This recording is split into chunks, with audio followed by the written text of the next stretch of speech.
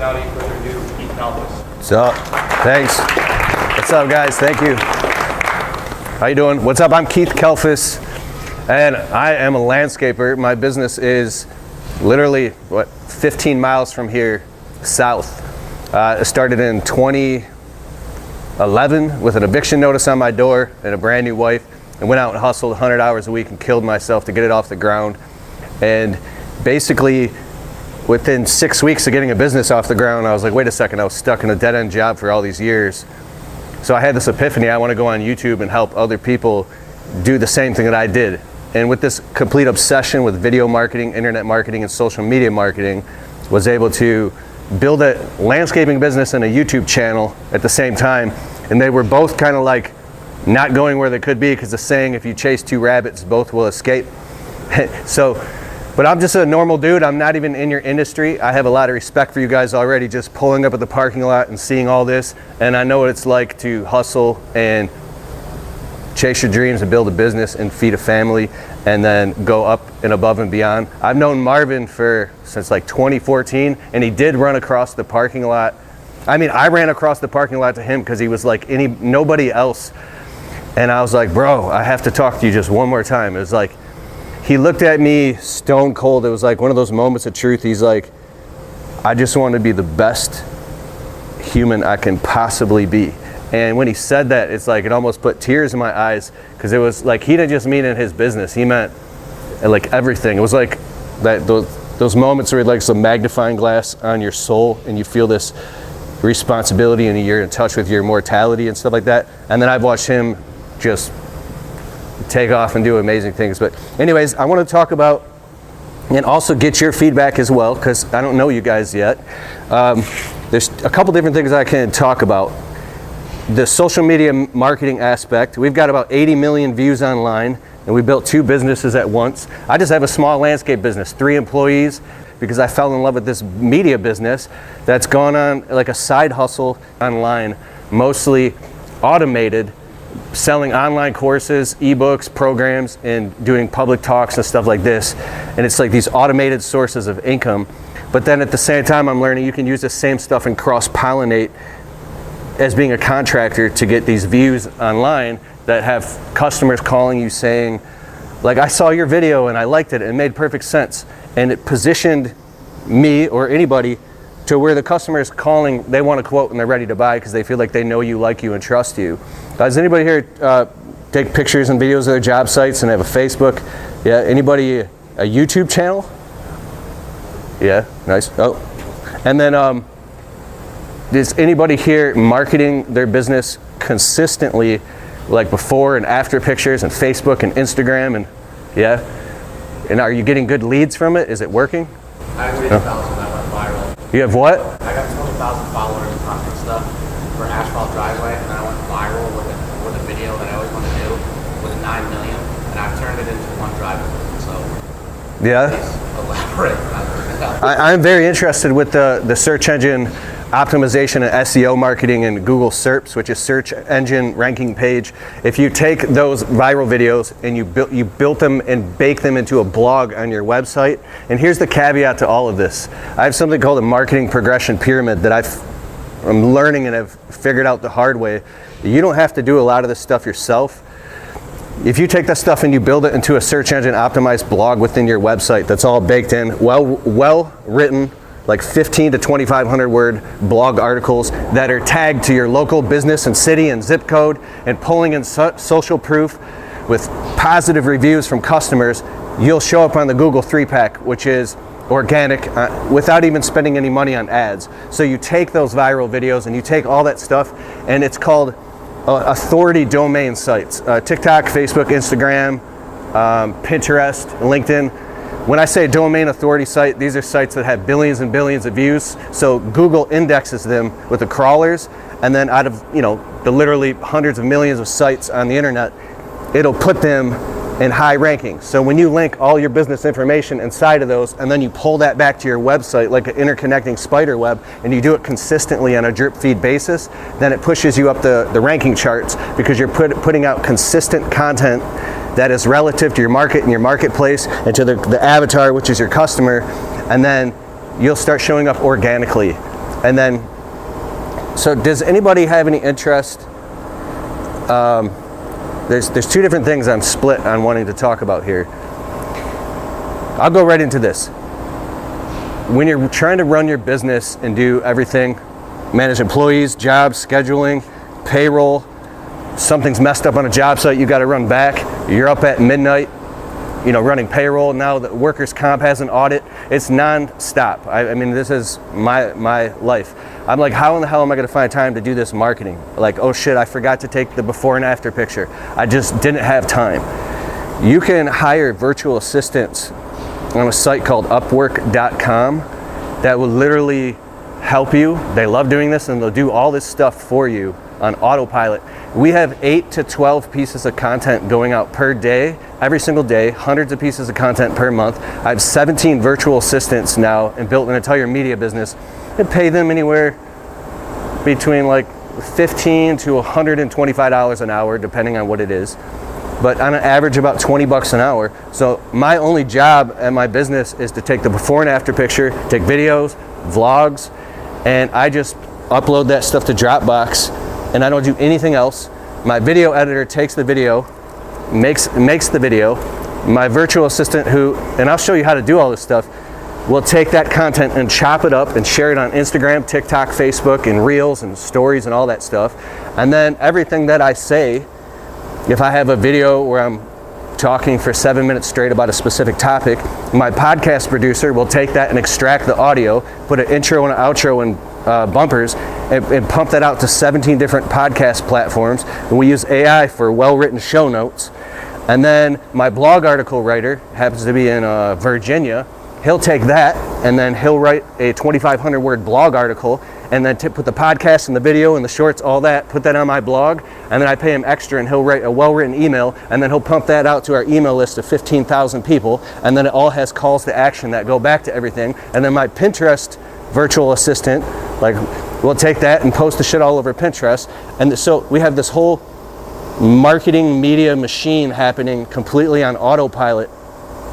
And it's just a bunch of virtual assistants in the Philippines, who I trust, you're gonna kiss a lot of frogs, that can help you do all this shit. And you're literally just running your business, yet there's this thing happening in the background, and people will be like, how the fuck are you doing this? You'll be like, I'm not doing it. There's a book that I read by Dan Sullivan, the strategic coach, and he's also, if anybody here heard of Gino Wickman, Traction, Get a Grip, and Rocket Fuel, read these books on audible.com. This book called Who Not How changed my life, because I kept saying, how do I do this? How do I do this? How do I do this? So I'm eating dinner with my wife, and then literally trying to do marketing on the toilet, in and out of the shower, in the basement after she goes to sleep. I was up till 2:30 o'clock this morning doing marketing, because we just did a big launch yesterday, a Cyber Monday thing, and we're generating sales online. But you can go on a site called Upwork.com and scour through virtual assistants and just start interviewing these people. And what I do is I'll hire 3 for the same project, and I'll quickly let go of the 2 that don't work. If I need anything, there's tens of thousands, probably, I don't know how many, say tens of thousands of people all over the world that are obsessed with, happy, and want to do exactly what you need help with. A virtual bookkeeper, someone to do your marketing, obviously an accountant and all that stuff, somebody to run payroll. And we've gone completely, with the pandemic and everything, people are really online and work from home. So you can have, aside from your core team that you run your business with, because you need boots on the ground banging out the actual jobs, everything else can be completely virtual. And so what we do is we have weekly pulse meetings with the virtual assistants, and we just hop on Zoom once a week at Fridays at 2 o'clock for an hour or two. And here's the thing that changed everything. So earlier I called this thing called the marketing progression pyramid. First of all, you have pain and suffering, and you know you have a problem, but you don't know how to fix it. You want to grow your business, you want to market it, you want to get tons of leads coming in so you can scoop the cream off the top and only take on the highest paying, most qualified jobs, and just not have to say yes to the shit that you know what I'm saying, don't want to.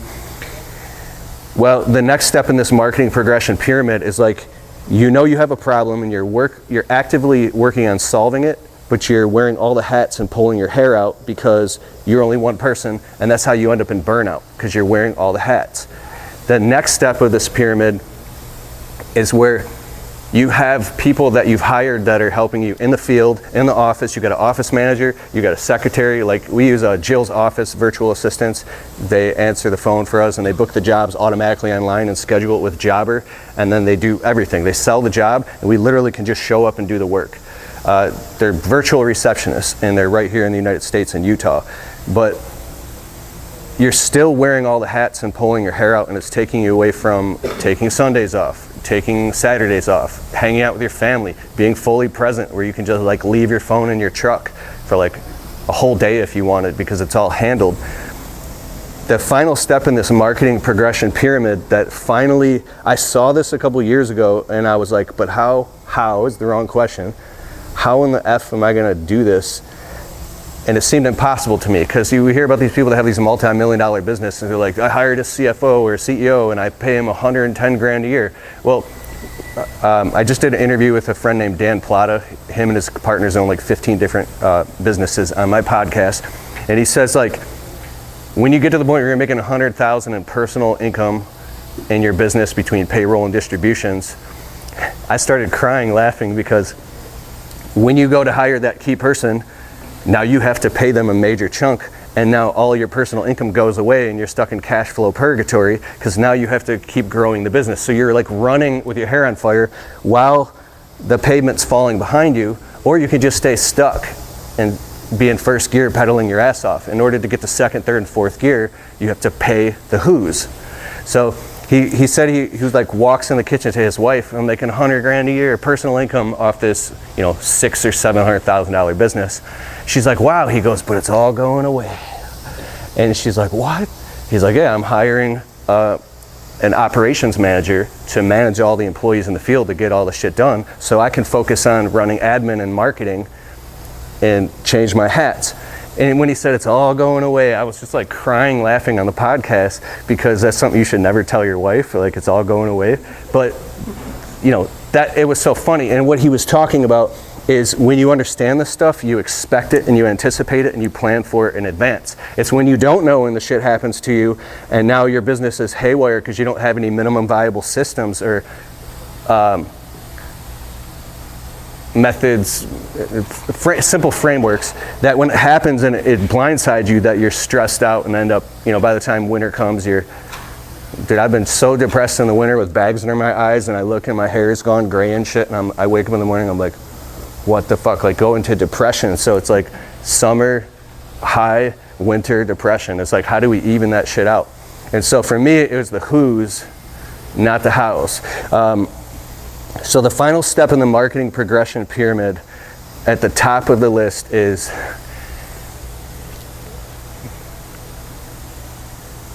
it's an integrator. There's the visionary integrator relationship. You now, if that's what you want to do, become the visionary of your business, and then you hire the integrator, and it could be just a kick-ass office manager that does all that stuff for you. So my integrator now, I can't tell you her name, but she's in Texas. She's she's a fucking rock star. I wish she would have come into my life 5 years ago, but I wasn't ready. And dude, I'm like literally sending this lady gourmet brownies and gift cards to Outback Steakhouse. I could cry for how thankful I am, because now in my business, everything that I have a vision, she's like, hold up, let's put that on our CRM. It's called Monday.com, where all of the ideas and business marketing ideas and everything we have is completely categorized and organized to exactly what needs to be done. And it's all time-based with triggers. So if we have a new idea that comes in, it's like, wait, we're working on this project. You sure you want to do this? All right, we'll set that up for March. So now we have a marketing content calendar with themes that we're putting together, and I've hired a consultant. So when I'm on the weekly pulse call with my virtual assistants and paying a consultant to guide us along, here's what it is. I have the integrator on the Zoom calls with us, paying attention to everything, and she's taking notes, and AI is recording it and creating show notes. So that way, when we get off the Zoom call, you get sucked right back into your business, and you can't even fucking implement anything that you just learned. And you're like, what the fuck? I learned you. So you get excited, then you get let down. When you have the integrators there with you and you're present, and you're the visionary, you say, all right, now go do it. And then they do the shit, and they're fucking doing it all. And I'm literally like, I've created this thing, we have a book. It's the operations manual for my landscape business, and it's getting thicker and thicker and thicker. This is a dream come true, and I'm flipping through these beautiful pages of our 4 steps to training employees, the 16 documents any employee must sign before we can cut them a check, background check, drug screen, social media release form, non-disclosure agreement, all that stuff, our budgets, everything, on and on and on. I'm like, how? And I showed this to I'm like crazy in love with my wife, and because we were like poor as shit in a 1-bedroom apartment, and I couldn't fucking figure it out, and I was really depressed. And to watch where we're at now is a dream come true. And I pulled her into my studio. I'm like, you have to see this. We have these beautiful branded company manual with all these things happening. And she's like, oh my God, this is beautiful. This is amazing. This is gorgeous. And I'm like so proud of it. And I almost feel weird, because I didn't do any of the shit. I know everything line by line. I'm on the phone with the lawyer. I'm asking questions and making sure everything is super, super legit. Like if a T's not crossed and an I's not dotted, like I'm getting up at 3 o'clock in the morning and praying and shit and calling up my assistant, and I'm like, I have to make sure, because I'm sorry, I'm going too deep with that, but integrity is everything. And so basically you can hire people to do all the shit for you, and you can do it through virtual assistants on a site called upwork.com. If it's something very critical, make sure possibly they're in the United States, and a lot of people can be overseas. Like I said, you're going to kiss a lot of frogs. I've been through like 65 virtual assistants. I have a video editor right now in Serbia who's amazing, but he's totally MIA for the past 8 weeks. I've got overdue projects. We've got 17 videos already filmed, ready to be edited, and he's gone. I have 3 more video editors. One is in Russia, but since the sanctions, I just don't know if I can hire him anymore. So multiple video editors and people on board doing stuff. And the next step is make sure that all these virtual assistants are all cohesively in understanding with your brand and everything that you do. So everything they do looks consistent, has consistent textures, fonts, tones, the messaging is correct. We have something called a brand style guide. So anybody, if we have a graphic designer do anything, everything looks exactly the same and looks branded. So therefore the messaging that's coming out on the internet and on social media, they immediately know that it's my stuff. So think about that in your business. Am I going too far here? Is this resonating? Okay. You can do like all this stuff. And the next question by Tim Ferriss, the author of the 4-Hour Workweek, he has this free guide. It's like the 17 questions you have to ask yourself. And my favorite one is, what would this look like if it were easy? So I would be like, this is so hard, and I'd get overwhelmed because I have a lot of anxiety sometimes. I'd say, wait a second, this shit is easy. So, build it into your marketing. You don't have to have a fancy camera. You can use your phone. Start taking the footage of the job sites and before and after pictures. Here's an amazing thing I learned. On your iPhone or your Android, you can press like the plus button in the gallery and create albums. I create an album for every different customer's last name or the name of the project, and then all the videos and pictures go into that project. I got one obviously for family and my dogs and Christmases, but with the business stuff, it's all hyper organized. And then I have that all matching inside of Dropbox, every single thing that has to do with the business, whether it's employees or payroll or taxes or insurance or anything social media. It's all out of my head and in the cloud, so my virtual assistants can access it. And so everything that comes in real time is being uploaded to the cloud with tags, so the virtual assistants can go right in and grab what they need, and they don't have to keep bugging me. So if you're trying to scroll through your phone like, fuck, where was that one picture? It's right where it's supposed to be because you're doing it in real time. So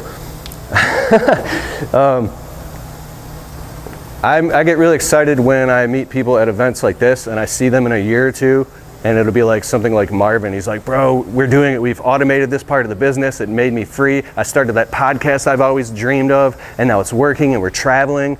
And it's like your dreams and what you want to do is literally so close. 6 to 12 months you can be doing some epic shit that you always dreamed, whether it's in your business or on anything, because a lot of people have multiple businesses now, and multiple, like you might have your day business and you have an internet side hustle on Amazon, or you're doing some social media stuff, and people love multiple streams of income and cryptocurrency and stocks and all that shit. It's like, but if you can just take a couple of those hats or at least one of those hats off in your day business and give it to someone else, it'll free you up to do all that shit. So I think that's enough. Is there any questions? Did I bore you to death? Am I talking too fast? Good stuff. I got a question. I have resources too, yeah.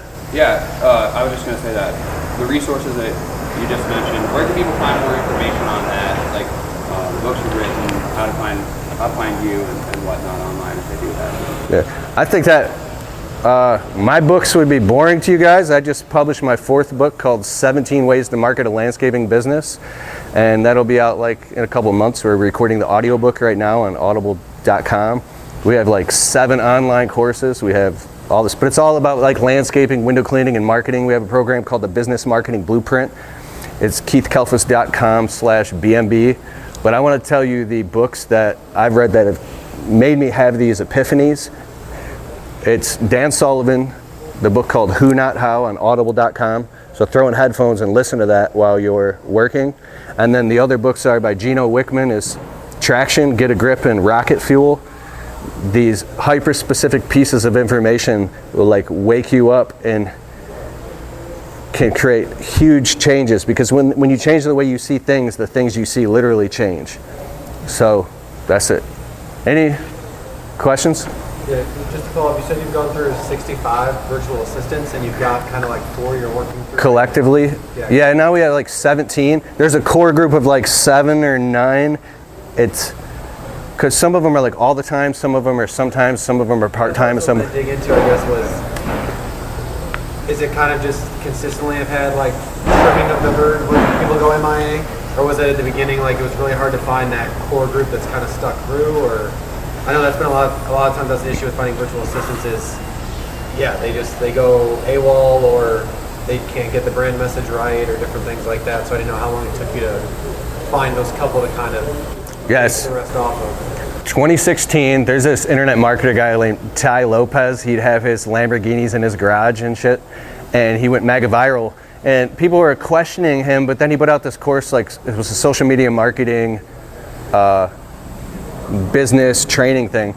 And I bought it and I was watching it, and there was this guy in there named, I think it was Joe Soto. He had like a multi-million-dollar internet marketing agency where he did stuff for businesses like ours. And then he talked about hiring virtual assistants. And in one moment, I had this, what we call an epiphany bridge, where I was like, wait a second. I immediately took Upwork and I opened it up and I started, oh my God, this has been here this whole time. So I was so scared to hire somebody because I was afraid of making a mistake. And then I finally said, like, this pain isn't gonna stop unless I just take a chance. And then the first person I hired totally sucked. And then I was trying to have my wife help me. Then I'm trying to have my cousin Nathan. This kid's like 18. I'm like, dude, I'll pay you $14 an hour. And then he didn't know what he was doing. So instead of trying to find instead of trying to train somebody to do it, you just find somebody who's already good at that specific thing. But be willing to like hire fast and fire fast. Like I said, I'll hire 3 people for the same task, and then I'll get rid of the other 2 that don't work. And I'm super upfront and clear. And I noticed that when you're incredibly confident and you've like stepped over the line and you are committed to this thing, other people pick up on it and then they want to jump onto your mission. Just like almost like an employee, if you hire them and you don't seem too committed about your own business and your truck's all dirty, they're like, well, I don't know what this, but if your shit's clean and you've got a mission and a vision, the employees, because they're like your internal customers. So now when I interview virtual assistants, I'm so serious that I'll keep them on a Zoom call for an hour and I'll run them through different tests, and I'll almost cajole them in a point to ask them questions that might irritate them to see if they have anger issues. Because I mean, these people, some of them, you're giving them the keys to the kingdom. Are you upfront with them about the trying 3 out for the same task? You're like, hey, you got to prove your shit, or you kind of not do that because that's... No, a couple have found out, and because they had access to like the same Google Drive folder. And I could feel it was a little funny, but dude, I don't know if I'll do that going forward, but I've got a business to run and we've got deadlines and stuff going on. And so it just like kind of is what it is. And this is not nice to say, and I'm wrong, just because they're 5,000 miles away or something. It should be no different. So I think moving forward, I will be more upfront and say, hey, we're hiring multiple positions, and we're just going to pick the one that resonates the most. But I mean, there's been virtual assistants who have outright ripped us off and, lied about something. That's why I like Upwork.com, because everything's under contract and they're clocking everything in and out. Like my executive assistant, we've retained her just exclusively, but she uses a program called Clockify, and she clocks everything that she does. When we're talking on the phone, on Zoom calls, it doesn't matter what it is, she's clocking it all, and then she gives me a report specifically of where every minute was spent, so I know exactly where every dollar's going. So when I hire a virtual assistant, I let them know, I say, at the end of every single session that you work for me on your own hours, unless there's like urgent deadline, I want you to, and I'll pay you to take the last 5 minutes, and just, even if it's on a Google Doc, go and tally up what you did in a couple links with the amount of time, real simple, charge me for that, and then send it with your invoice so I know where the heck my money's going. And if they ever stop doing that and fall off, hey, where's that thing? Where's that thing? Because if they can't follow simple directions, then how are they gonna follow through when the going gets tough? So I just set the expectations just like an employee. Like employees in my landscape business, I'm like, you can't even work for us unless, like, I'm not gonna put the camera in your face, but we shoot videos every day. Unless you're comfortable with being on camera, you can take a drug test, pass a background screen. And so they're like sitting here signing all this shit. I'm like, dude, I'm not gonna like come after you or anything. I gotta protect my business and my ass, but we're gonna crush it. We're gonna kill it. I'm excited. And so it's like, same exact thing. Did that answer it? Yeah. Just jump in and do it. You might go through 3 or 4 virtual assistants, and then you'll find one that'll stick with you, and you'll be like, oh my God, 3 years has gone by, and this person is doing tremendous things in my business, and I couldn't imagine my business without them. And the next thing is, don't think that each virtual assistant is going to be the savior of your business. Like, oh my God, because you get excited. Be like, I found this person, because one thing can happen, and now they're MIA. I have a virtual assistant in the Philippines who will literally just disappear for like 6 weeks straight. And I'm like, oh my God, what's going on? So now she's gone from my main assistant to my secondary assistant because she's so good at what she does.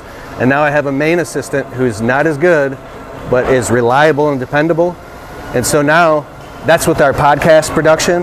So I was like, fuck it, I'll just do 2 shows a week. And sometimes when this one, so it's like, somebody will be like, well, you should fire that person. I'm like, I'm trying to, it's like a math game, But yeah, you can have multiple people. In the whole, there's like they say you can get virtual assistants for $4 an hour. Dude, I want to pay them like so well. Like in Asia, I forgot, and don't quote me if I might be wrong, like in December, it's like a whole holiday. There's some tradition where you pay them what they would have made the entire month. So I haven't done that, and I do plan on doing that. But I'm like giving them bonuses like all the time. I'll give them all a $100 bonus. I make a quick video with Loom on my webcam, and I will personally thank each and every single one of them. If they're local, I'll send them gourmet brownies and